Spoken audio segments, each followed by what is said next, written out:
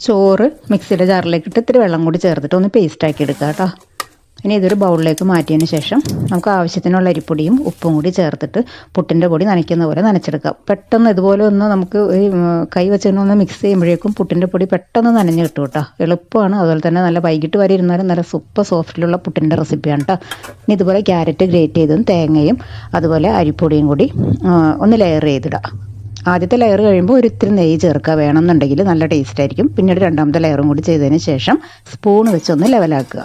അതിനുശേഷം ഒരു 7 മിനിറ്റ് ഒന്ന് സ്റ്റീം ചെയ്തെടുക്കുക, ഡീമോൾഡ് ചെയ്തെടുക്കുക. ഇതേപോലെ നല്ല സൂപ്പർ സോഫ്റ്റ് ആൻഡ് ടേസ്റ്റി ആയിട്ടുള്ള നല്ലൊരു പുട്ടിൻ്റെ റെസിപ്പിയാണ് കേട്ടോ.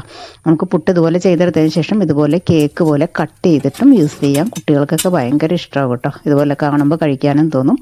ഇതുപോലെ ഒന്ന് ട്രൈ ചെയ്ത് നോക്കാം കേട്ടോ. വീഡിയോ ഇഷ്ടപ്പെടുകയാണെങ്കിൽ ഒന്ന് സപ്പോർട്ട് ചെയ്തേക്കണം കേട്ടോ. Thank you.